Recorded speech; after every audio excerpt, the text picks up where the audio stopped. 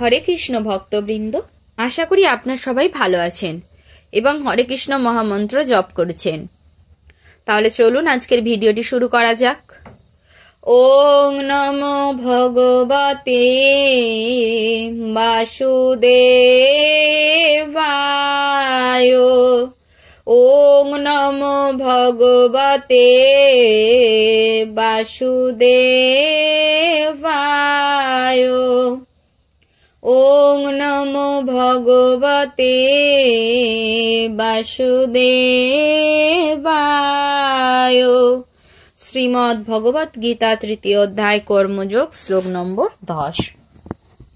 সহযজ্ঞা প্রজাঃ সৃष्ट्वा পুরবাচ প্রজাপতিঃ অনেন প্রসবিধ্যম এষ বস্তু ইষ্ট কামধুক।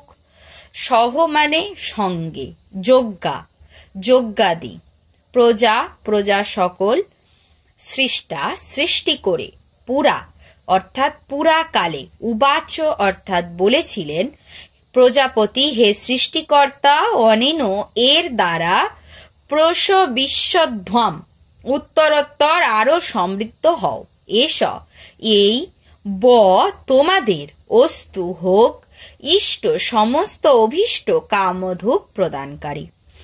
সৃষ্টির প্রারম্ভে সৃষ্টিকর্তা যজ্ঞাদি সহ প্রজা সকল সৃষ্টি করে বলেছিলেন, এই যজ্ঞের দ্বারা তোমরা উত্তরোত্তর সমৃদ্ধ হও, কারণ এই যজ্ঞ তোমাদের সমস্ত অভীষ্ট পূরণ করবে।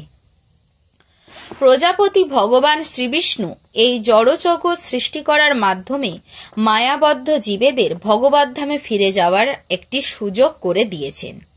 পরমেশ্বর ভগবান শ্রীবিষ্ণু বা শ্রীকৃষ্ণের সঙ্গে তাদের নিত্য সম্পর্কের কথা ভুলে যাওয়ার ফলেই সমস্ত জীব এই জড় প্রকৃতিতে আবদ্ধ হয়ে পড়েছে। আমরা যখন জন্মগ্রহণ করি, তখন আমরা যখন মাতৃ জঠরে থাকি, সে যে কি কষ্টকর, এক একটা মাংসপিণ্ড ছুটে ছুটে এসে আমাদের গায়ে জোড়া লেগে আমাদের শরীর গঠন হয়, তখন আমরা ভগবানের কাছে প্রার্থনা করি, কান্না করি, হে ভগবান, হে করুণাময়, হে গোবিন্দ, আমাকে এই যন্ত্রণা থেকে তুমি রক্ষা করো। তার পরিণামে ভগবান আমাদেরকে কি বলে, তার ফল কি চায় ভগবান, যে হ্যাঁ আমি তোকে রক্ষা করব, তুই বল, তুই বাইরে গিয়ে হরে কৃষ্ণ নাম করবি তো, আমার নামের প্রচার করবি তো? আমি হ্যাঁ করব। কিন্তু আমরা এখানে একবার জড়লোকধামে চলে আসার পরে জড় প্রকৃতিতে আমরা আবদ্ধ হয়ে যাই। সেই কৃষ্ণের সঙ্গে যে আমাদের সেই যে নিত্য সম্পর্ক, সেই সম্পর্কের কথা আমরা ভুলে যাই। বেদের বাণী আমাদের এই শাশ্বত সম্পর্কের কথা মনে করিয়ে দেয়, যে সম্বন্ধে ভগবদ গীতায় বলা হয়েছে, বেদাশ্চ সর্বৈর অহম এব বেদ্যঃ। ভগবান বলেছেন যে বেদের উদ্দেশ্য হচ্ছে তাকে জানা। বৈদিক মন্ত্রে বলা হয়েছে পতিং বিশ্বস্য আত্মেশ্বরম। তাই ভগবান শ্রীবিষ্ণুই সমস্ত জীবের ঈশ্বর। শ্রীমদ্ ভাগবতেও শ্রী সুখদেব গোস্বামী নানাভাবে ভগবানকে সবকিছুর প্রতিরূপে বর্ণনা করেছেন। শ্রিয়ঃ পতির যজ্ঞর পতিঃ প্রজাপতির ধিয়ং পতির্লোক পতির ধরাপতিঃ পতির্গতিশ্চ অন্ধকার বিষ্ণু সাতত্বং প্রসীদতং মে ভগবান শতং পতিঃ। ভগবান বিষ্ণু হচ্ছেন প্রজাপতি, তিনি সমস্ত জীবের পতি, তিনি সমস্ত বিশ্ব চরাচরের পতি, তিনি সমস্ত সৌন্দর্যের পতি এবং তিনি সকলের ত্রাণকর্তা। তিনি এই জড় জগৎ সৃষ্টি করেছেন বদ্ধ জীবকে যজ্ঞ অনুষ্ঠান করে তার প্রীতিবিধানের সুযোগ প্রদান করার জন্য, যার ফলে তারা এই জড় জগতে নিরুদ্বিগ্নভাবে সুখে ও শান্তিতে বসবাস করতে পারে এবং তারপর বর্তমান জড় দেহ ত্যাগ করার পর তারা যেন ভগবানের অপ্রাকৃত লোক অর্থাৎ ভগবত ধামে প্রবেশ করতে পারে। অপার করুণাময় ভগবান মায়াবদ্ধ জীবের জন্য এই সমস্ত আয়োজন করে রেখেছেন। যজ্ঞ অনুষ্ঠান করার ফলে বদ্ধজীব ক্রমান্বয়ে কৃষ্ণ চেতনা লাভ করে এবং সর্বতোভাবে দিব্য গুণাবলী অর্জন করে। এই কলিযুগে সংকীর্তন যোগ্য অর্থাৎ সঙ্গবদ্ধভাবে উচ্চৈস্বরে ভগবানের নাম কীর্তন করার নির্দেশ বৈদিক শাস্ত্রে দেওয়া হয়েছে।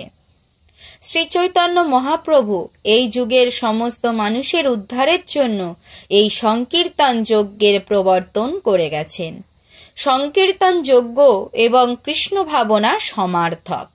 কলিযুগে ভগবান শ্রীকৃষ্ণ যে তার ভক্ত শ্রী চৈতন্য মহাপ্রভু রূপে অবতীর্ণ হয়ে সংকীর্তন যজ্ঞের প্রবর্তন করবেন সে কথা শ্রীমদ্ ভাগবতে উল্লেখ করে বলা হয়েছে।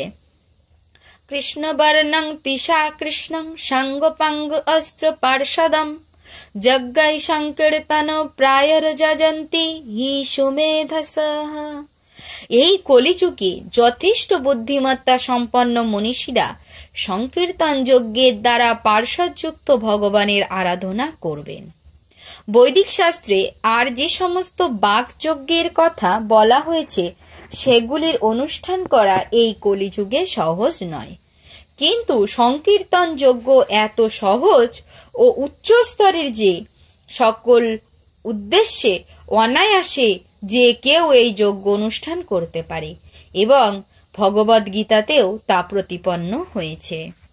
ওম সর্বে ভবন্তু সুখিনা সর্বে সন্তু নিরাময়া সর্বে ভদ্রাণি পশ্যন্তু কশ্চিৎ দুঃখম আপনুয়াত। ওম শান্তি ওম শান্তি ওম শান্তি। হরে কৃষ্ণ কৃষ্ণ কৃষ্ণ হরে হরে, হরে রাম রাম রাম হরে হরে।